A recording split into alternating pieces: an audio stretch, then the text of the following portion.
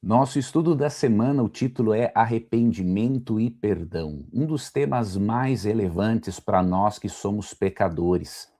Antes de entrarmos no estudo, eu peço que você comece curtindo esse vídeo e se inscrevendo no canal, porque assim você me ajuda a fazer esse conteúdo a ir mais longe. Não deixe também de se inscrever no canal e de ativar aquele sininho das notificações, porque aí sempre que tiverem novos conteúdos, você vai ser notificado a respeito deles, tá bom? Então faça isso, vai ser muito bom ter você como participante aqui do meu canal. Vamos para o nosso estudo e vamos ver o que nós vamos aprender no estudo desta semana. Primeiro estudaremos sobre o perdão e o arrependimento, depois veremos como o perdão acontece, vamos também aprender a diferença entre ser pecador e ser pecadeiro, diríamos assim, e também vamos ver a diferença entre a boa culpa e a culpa ruim. Você precisa atentar pelo menos para esses 4 tópicos para que você tenha uma vida cristã de paz através do perdão que você recebe por meio de Jesus Cristo. Então esses serão os tópicos que nós vamos abordar, entre outros aqui, na lição desta semana. Domingo, eu fiz uma mudança radical na lição de domingo, porque esse título, A Correria da Vida, e essa história aqui, eu não achei que tivesse sentido com a lição. Para mim, não fez sentido. Então, eu mudei e intitulei Como o Perdão Acontece e decidi acrescentar alguns textos bíblicos para lhe explicar esse tópico que eu achei mais importante do que aquilo que foi comentado aqui na parte de domingo. Como que o perdão acontece? Acontece dessa forma. Primeiro, Cristo recebe a culpa por nossos pecados. Na cruz, de acordo com Isaías 53, 4 a 7, Cristo recebeu a culpa pelos nossos pecados. Ao ele receber a culpa pelos nossos pecados, ele pagou a nossa dívida para com Deus, para com a lei de Deus. Nós não poderíamos pagar esse débito, porque a única forma de pagarmos esse débito é perdendo a vida eterna. Porque Romanos 6,23 diz que o salário do pecado é a morte. Mas o dom gratuito de Deus é vida eterna em Cristo Jesus, nosso Senhor. Então Cristo paga a nossa dívida. E aí o que acontece? Ele recebe a culpa dos nossos pecados na cruz. Recomendo que você leia esses textos aqui. E quando nós exercemos fé no sacrifício substitutivo de Cristo, acontece esse segundo tópico aqui. Cristo transfere a sua justiça para nós. Então a justiça de Cristo é transferida para você. E Deus olha para você da perspectiva de Cristo, como se você não tivesse pecado. Por isso que a fé em Jesus Cristo e a aceitação do seu sacrifício substitutivo é vital, é essencial, é o centro daquilo que nós aprendemos nas Escrituras sobre a salvação. Cristo substituiu a você e a mim na cruz do Calvário. Cristo experimentou a morte eterna. Então é graças ao recebimento da culpa por parte de Cristo e da transferência da justiça dele para nós que somos perdoados. Então eu queria deixar esta breve introdução na parte de domingo aqui para você sobre esse tópico, porque eu creio que vai nos ajudar a entendermos melhor o restante da lição. Segunda-feira fala da convicção do Espírito Santo. Você sabia que nós precisamos de Deus até mesmo para nos arrependermos? Esses textos são claros em relação a isso. Você e eu somos tão dependentes de Deus que até para nos arrependermos precisamos da ajuda dele. Sem a intervenção do Espírito Santo, você e eu não nos arrependeríamos dos nossos pecados. Em João 16, verso 8 é dito o seguinte: quando ele vier, o Espírito Santo, convencerá o mundo do pecado, da justiça e do juízo. O Espírito Santo nos convence de que somos pecadores e nos convence também de que é pecado não crer em Jesus e não aceitá-lo como Salvador. O Espírito Santo é tão bondoso que, de acordo com Romanos 2,4, esse segundo texto, por meio dele, Deus nos conduz ao arrependimento. Olha o que diz aqui. Ou desprezas a riqueza da sua bondade e tolerância e longanimidade, ignorando que a bondade de Deus é que te conduz ao arrependimento? Então você e eu somos tão pecadores, a nossa natureza é tão corrompida, que precisamos da ajuda do Espírito Santo para sermos conduzidos ao arrependimento. Veja, ser conduzido é uma coisa, ser obrigado é outra. Por isso que nós não cremos na dupla predestinação calvinista. Romanos 2,4 não diz que Deus obriga ou predestina alguns de uma forma obrigatória a se arrependerem. Diz que Deus conduz ao arrependimento. Uma coisa é eu pegar você pelo seu colarinho ou você me pegar pela gravata e me levar de arrasto até um local. Outra coisa é você me conduzir a um local ou eu conduzir você. Então o Espírito Santo faz isso, ele conduz. Então é importante você destacar isso para já ensinar na sua classe da Escola Sabatina ou comentar de que o calvinismo realmente, com a dupla predestinação, não tem base bíblica, tá? Agora, certo é que precisamos de Deus até mesmo para nos arrependermos. Vamos então para a pergunta de número 1, aqui na parte de segunda-feira. Leia Oséias 6. O que você percebe de modo específico sobre como Deus se descreve ao nos convidar ao arrependimento? Qual é a resposta que eu coloquei aqui? Veja, eu não vejo Deus se descrevendo em Oséias 6. Eu não consegui ver isso. Se você conseguiu, pode colocar aqui nos comentários. Mas eu vejo em Oséias 6 Deus convidando o ser humano para que se arrependa e volte para ele. Isso sim eu vejo em Oséias 6. E nós podemos ver também o desejo de Deus de nos curar e nos restaurar. Assim como Deus queria curar e restaurar Israel, Deus quer curar e restaurar a você e a mim. Vamos aplicar esse texto a nós, Oséias 6, versículo 1. Ó. Vinde e tornemos para o Senhor, porque ele nos despedaçou e nos sarará, fez a ferida e a ligará. Então Deus aqui no contexto, por meio dos profetas, das mensagens proféticas, despedaçou o povo, porque o povo era rebelde. Mas ao mesmo tempo que Deus manda uma mensagem de arrependimento, Deus quer nos curar, ele quer nos sarar. Então Deus, ele quer curar e restaurar os seus filhos por meio do arrependimento. Agora, a lição comentou algo aqui sobre os pecados acariciados. A lição diz que nós não crescemos no relacionamento com Deus quando temos pecados acariciados, que eles se interpõem entre nós e Deus. Eu queria aqui fazer uma observação. Você precisa diferenciar pecado acariciado do pecado contra o qual você está lutando. Por quê? Se você não fizer isso, você viverá atormentado ao invés de estar esperançoso. Quando você está lutando contra um pecado, isso não significa que você o acariciou. Agora, quando você não luta contra este pecado, aí sim você está acariciando-o. Por que eu estou fazendo essa diferença? Porque há muitos cristãos e não cristãos sinceros que estão me assistindo agora, que lutam contra o pecado, caem, se levantam, e aí o que acontece? Essas pessoas pensam, têm a impressão de que elas estão acariciando o pecado. Não necessariamente. Se você está lutando, grave isso aqui, se você está lutando contra o pecado, você não está o acariciando, você está lutando contra ele. São coisas diferentes, tá bom? Então tenha isso em mente.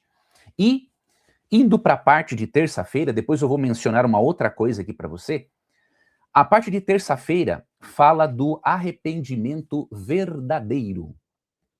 Vamos para a pergunta de número 2. Por que o arrependimento é decisivo?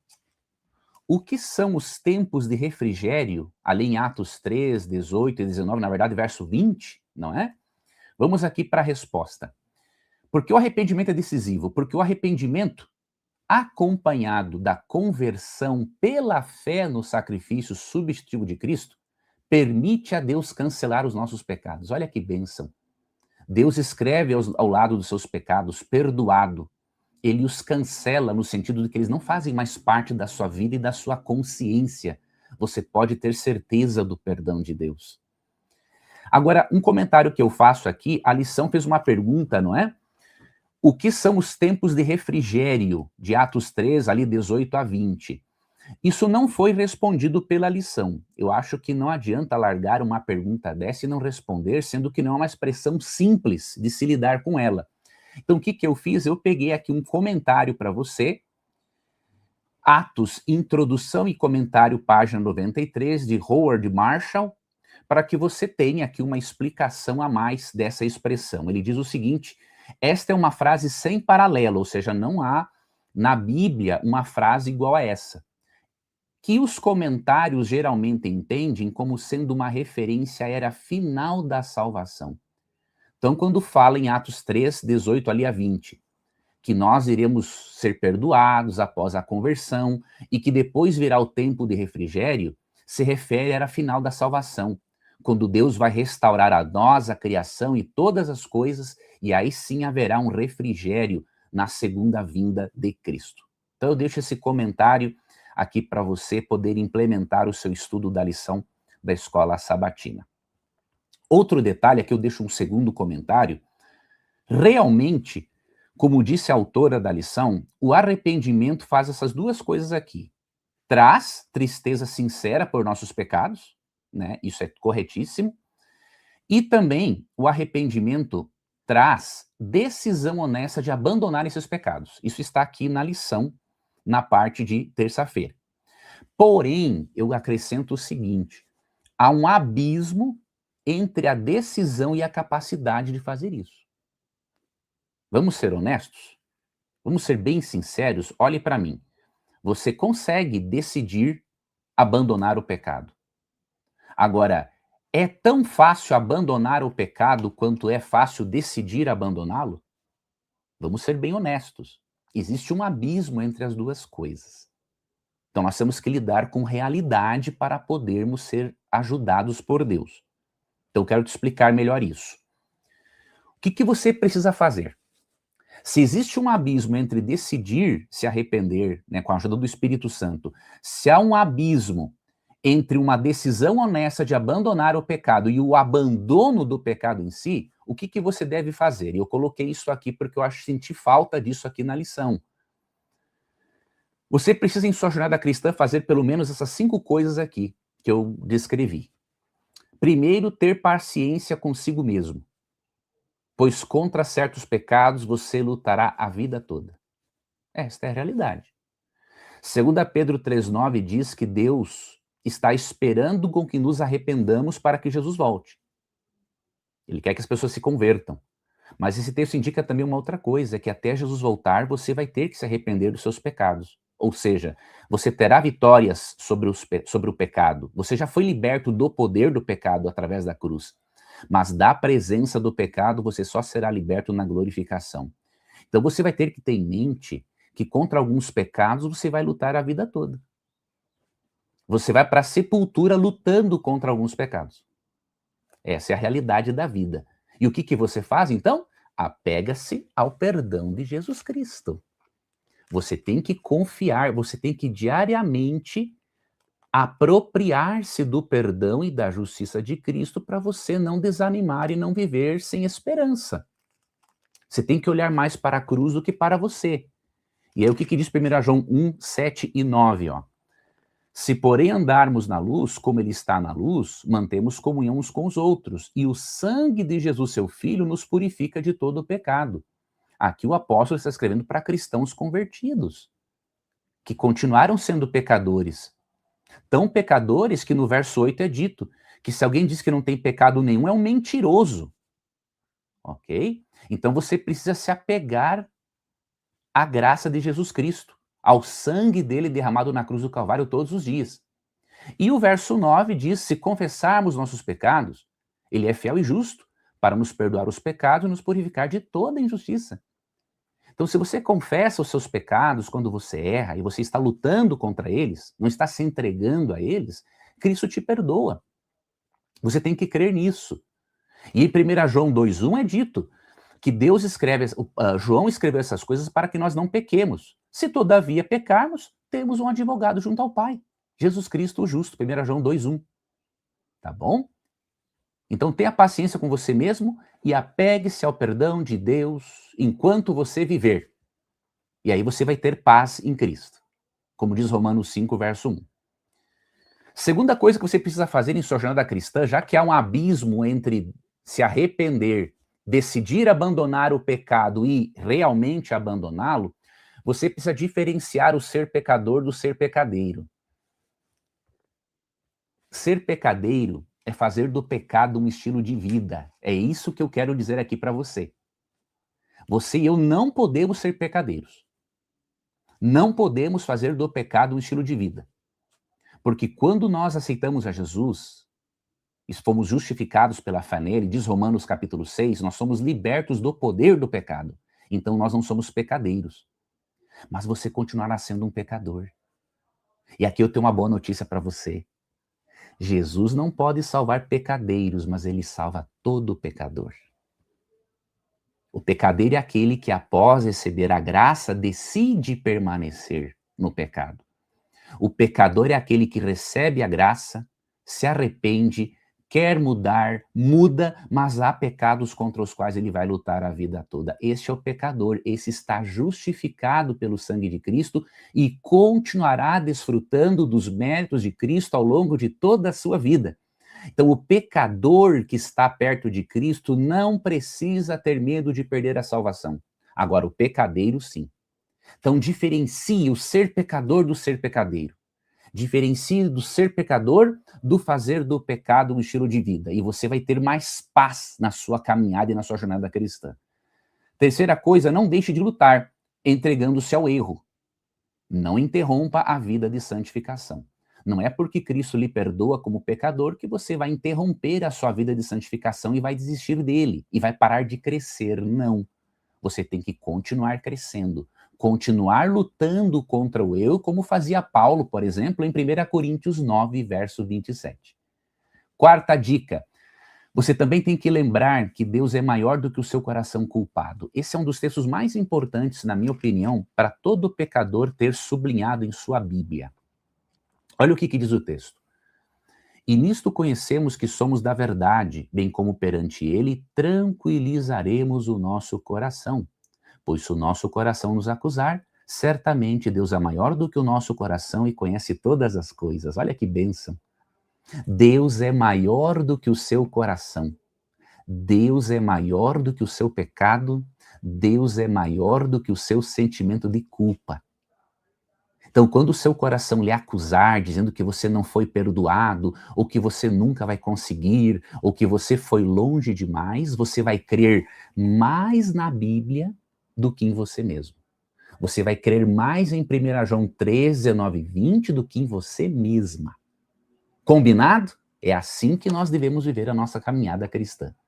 E quinta dica, você deve também continuar produzindo bons frutos. Mateus 3,8 fala para produzirmos frutos de arrependimento e Mateus 5, 14 a 16 fala que devemos glorificar a Deus através das nossas obras, né? Seriam também os nossos frutos, aquilo que nós nos tornamos. Através da santificação nos tornamos uma versão melhor de nós mesmos. Então é isso que você precisa fazer em sua jornada cristã para você viver em paz e não viver sem esperança, achando que você está sendo derrotado, quando ao lado de Cristo você está sendo vitorioso e vitoriosa, ok? Vamos para a parte de quarta-feira. Aqui na parte de quarta-feira, nós encontramos alguns textos muito preciosos. Um deles é esse de Jesus Cristo, em Marcos 1,15, que diz assim, ó, o tempo está cumprido e o reino de Deus está próximo. Arrependam-se e creiam no Evangelho. É isso que Cristo espera de todo ser humano. Cristo espera que nos arrependamos dos nossos pecados, como já vimos, com a ajuda, com a condução de Deus, e Ele quer também que creiamos no Evangelho, porque é unicamente através do sacrifício substitutivo de Cristo que podemos ser perdoados dos nossos pecados e livres da morte eterna. Agora tem uma pergunta aqui, que é a pergunta, eu coloquei pergunta de número 3, na verdade a pergunta de número 2 aqui da lição, que é a seguinte: por que o arrependimento é decisivo? Não, é pergunta de número 3, sim. Vamos ver aqui o que a graça suficiente, tá? Desculpe, eu fiz aqui uma pequena confusão, eu estava indo para a parte de terça novamente. A graça suficiente de Deus, A pergunta de número 13 é a seguinte, ó. Leia Êxodo 34, 1 a 10. Que verdade essencial é apresentada nesse texto? Se você ler dos versos 6 a 8, você já encontra a verdade essencial apresentada no texto. E qual é a resposta? Qual é a verdade essencial? Deus é compassivo, clemente e longânimo, grande em misericórdia e fidelidade, e além disso, Deus é perdoador e justo. Deus é tudo isso. Por que você vai temer não ser perdoado se você tem um Deus compassivo, clemente, longânimo, grande em misericórdia e fidelidade? Ele é fiel para cumprir a sua promessa de lhe perdoar através de Jesus Cristo, e ele é perdoador, e ele é justo. E a justiça de Cristo é transferida para você. A única coisa que você tem que fazer é apenas reconhecer que precisa de Deus e do perdão dele. E aí você será justificado, purificado dos seus pecados todos os dias. Esse reconhecimento nós vimos ali na parábola que a lição nos apresentou de Lucas 18. Nessa parábola de Lucas 18, eu vou ler aqui para você o versículo 13. Aqui na parábola do fariseu e o publicano, olha qual pessoa foi perdoada por Deus. O publicano, estando em pé, longe, não ousava nem ainda levantar os olhos ao céu, mas batia no peito dizendo: ó Deus, sê propício a mim, pecador. E olha o que Cristo fala no verso 14: digo-vos que este desceu justificado para a sua casa, e não aquele, o fariseu que não se achava pecador ou que achava os outros mais pecadores do que ele, não é? Porque todo o que se exalta será humilhado, mas o que se humilha será exaltado. Se você reconhecer que precisa de Deus e do perdão dele, se você reconhecer que é um pecador, que é uma pecadora, você tem o perdão de Deus todos os dias da sua vida. Sabe o que vai acontecer em resultado disso? Deus vai remover o seu fardo e lhe dar paz. Você precisa usufruir desta paz que está disponível para você. Eu vou ler aqui para você Romanos 5:1 e Romanos 8:1, que eu deixei aqui entre parênteses para você ter esses textos. Olha o que diz Romanos 5:1, ó. Justificados, pois mediante a fé, temos paz com Deus por meio de nosso Senhor Jesus Cristo. Não tem como ser diferente. Uma pessoa justificada pela fé em Cristo, ela tem paz com Deus. Se você não está vivendo em paz, é porque você não entendeu a justificação pela fé ainda. Se você não vive em paz, é porque você ainda não entendeu a justificação pela fé. Por quê? Porque Romanos 8:1 é claríssimo em dizer o seguinte: agora, pois, já nenhuma condenação há para os que estão em Cristo Jesus. Você está em Cristo? Não há nenhuma condenação para você. Agora, se você não estiver em Cristo, você está condenado de acordo com João 5:24. Mas isso pode ser mudado. Basta crer em Jesus e aceitá-lo como seu Salvador e como seu substituto. Sobre a graça de Deus, a lição aqui nos apresentou uma atividade, né? Ela pediu para lermos com atenção os textos a seguir e escrevermos com as nossas próprias palavras o que esses textos dizem sobre a graça de Deus, aqui na parte de quarta. E eu coloquei a seguinte resposta para você. Romanos 6:23 mostra que a graça de Deus é um presente. Se fosse algo pago, já não seria mais presente, não seria graça. Paulo mesmo diz em Romanos 11, né? Acho que são versos 4 ali a 6, que graça é de graça. Se tivesse que pagar pela salvação, não seria graça, não seria um presente. Você não paga por um presente, você o recebe. A salvação é a mesma coisa, é um presente de Deus. Romanos 5:20 e 21 diz que a salvação que a graça de Deus é suficiente e abundante. Ou seja, você não precisa de nada mais do que isso. Você não precisa de penitência para ser justificado, você não precisa da reencarnação. A graça de Deus, a justificação pela fé são suficientes e, além disso, são abundantes, ou seja, você não precisa de nada mais do que isso. É abundante porque está disponível para todos. Tem muita graça e muito amor de Deus disponível para a humanidade. E, terceiro, em Romanos 5:8 é dito que a graça de Deus é fruto do amor de Deus, não de nossos méritos. Tenha em mente isso. Ali é dito que Cristo morreu por nós, sendo nós ainda pecadores, então não temos mérito algum. É uma prova do amor de Deus por nós. Então você precisa entender isso aqui para que a doutrina cristã surta efeitos positivos na sua vida emocional, no seu bem-estar, na sua vida espiritual. Quinta-feira, estamos indo aqui para o final. Na sexta-feira você não pode perder, hein? Porque na sexta-feira eu vou diferenciar a culpa boa e da culpa ruim. Então acompanhe o estudo até o final. Uma outra coisa que eu quero lembrar você, talvez você não saiba, eu publiquei há um tempo, veja aqui na descrição, um e-book intitulado Como Estudar e Ensinar a Lição da Escola Sabatina. Você não deveria deixar de ter esse e-book. Ele é muito acessível para todas as pessoas. Nele eu ensino você a estudar a lição e tirar melhor proveito dela. E se você quer aprender a dirigir uma lição, ou se você já é um professor ou uma professora, eu também dou dicas de como ensinar a lição da Escola Sabatina. Então, este meu e-book, ele é tanto para alunos quanto para professores e líderes de Escola Sabatina.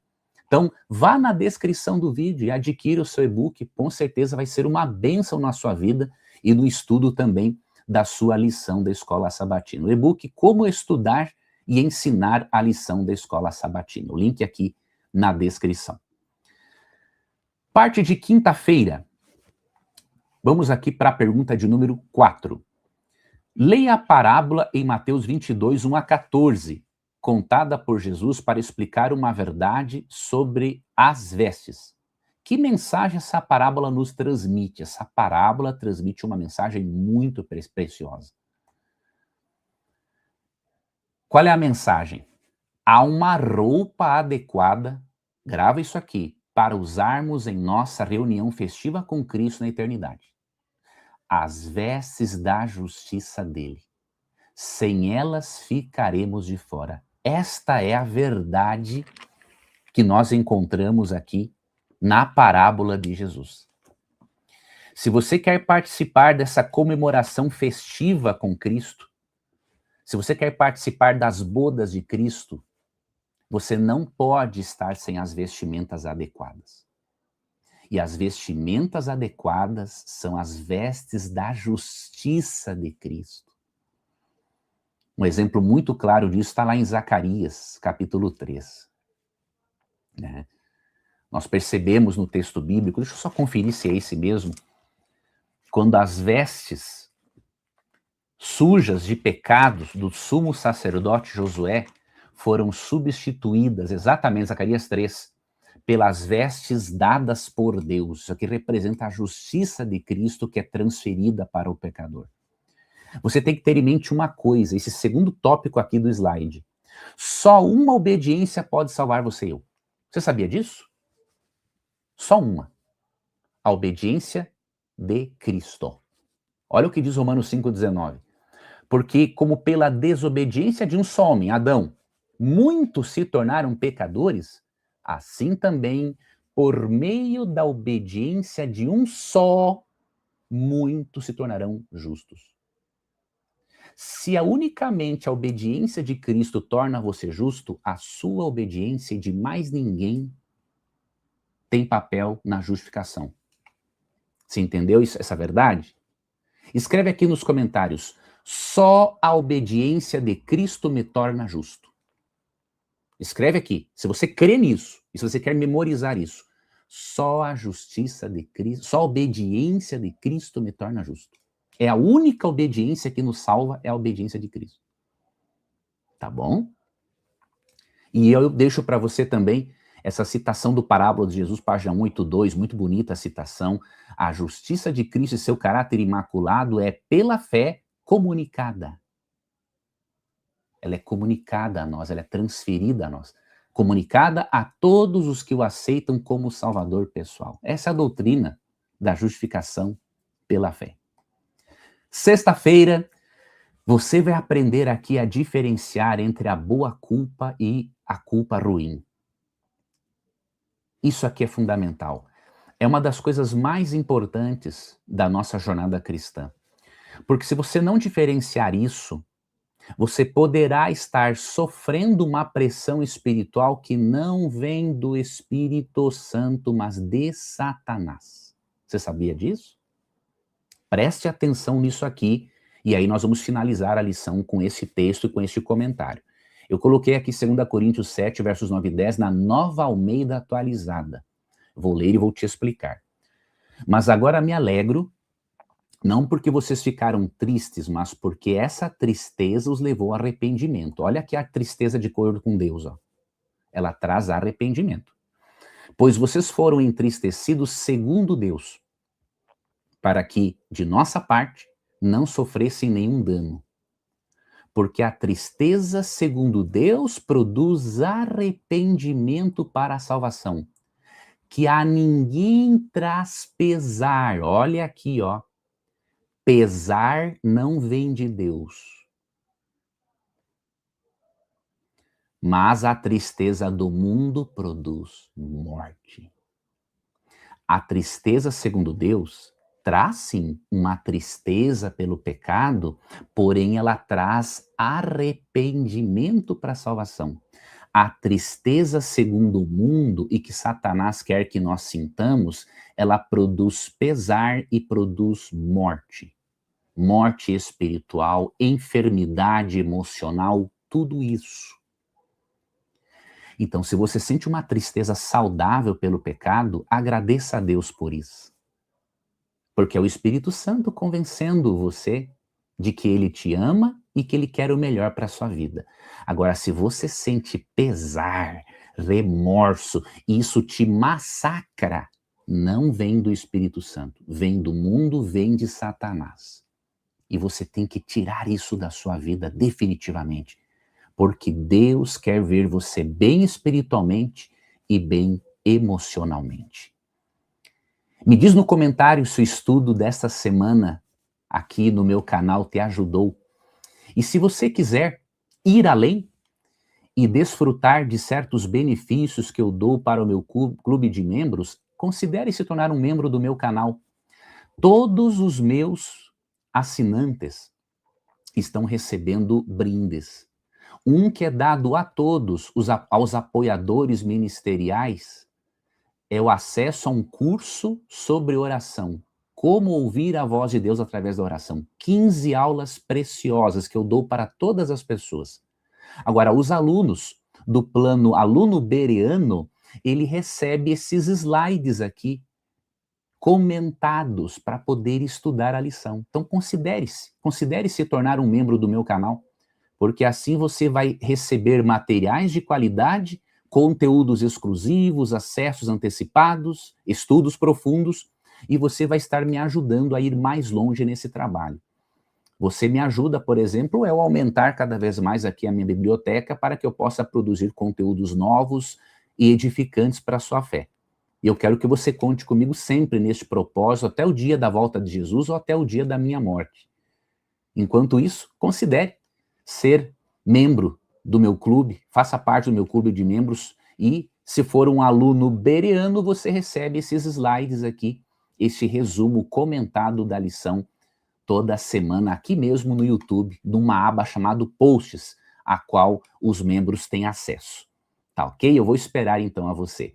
Que você tenha um sábado muito feliz na presença de Deus, que a sua semana seja muito agradável em Cristo e que você não se esqueça de diferenciar entre a culpa boa e a culpa ruim. E mais do que isso, lembre-se, tudo o que Cristo poderia ter feito para te salvar, Ele já fez na cruz. Agora, usufrua disso.